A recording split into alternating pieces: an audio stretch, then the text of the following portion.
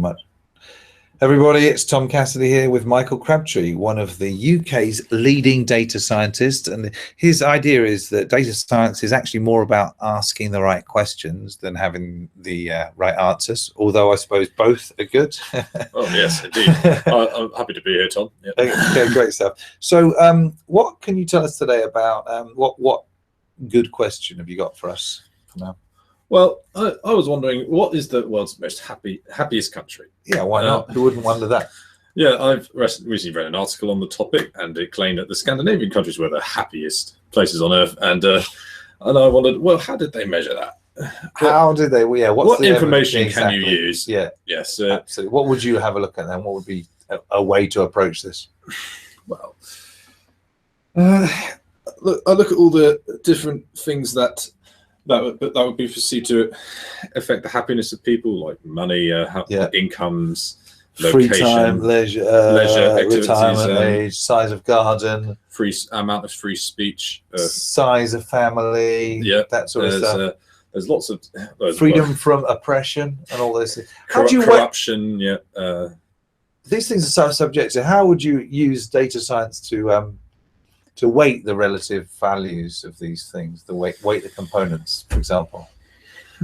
I mean, without asking you a tricky question, so we've only got a couple of minutes to talk about things, but how can you work out whether people's perspective that they've got on how happy they are is kind of equally valuable? For example, some people might, if they're assessing their happiness due to maybe their income, people are so different. So how, that's how data science can help. But how does it do that without going into too technical an answer?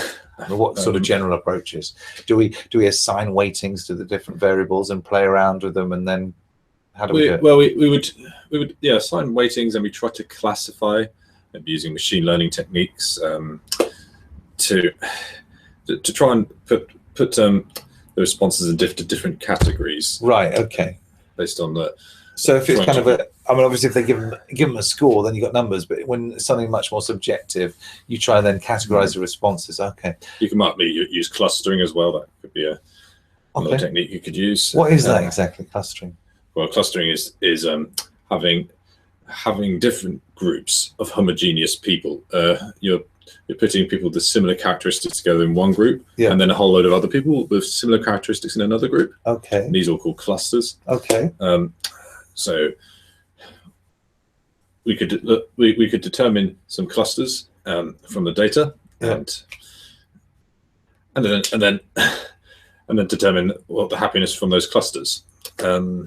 Okay. Okay, great stuff. Love it. Okay, so I mean, obviously it's way too complicated to explain in detail in a few minutes of video, but people can follow some of your insights on Crabtree Corner. Oh yes, please look at Crabtree Corner. Yeah, brilliant. What will people expect to find there? Just some nonsense posting on Twitter about some of your latest crazy ideas? Well, I hope people don't think they're crazy, but we'll have links to different data science sources. I'm quite involved with Kaggle. Okay. Website Kaggle, which is lots of different projects by various other data scientists like myself. Cool. And there's also Data Science Central. Great stuff. Please do that.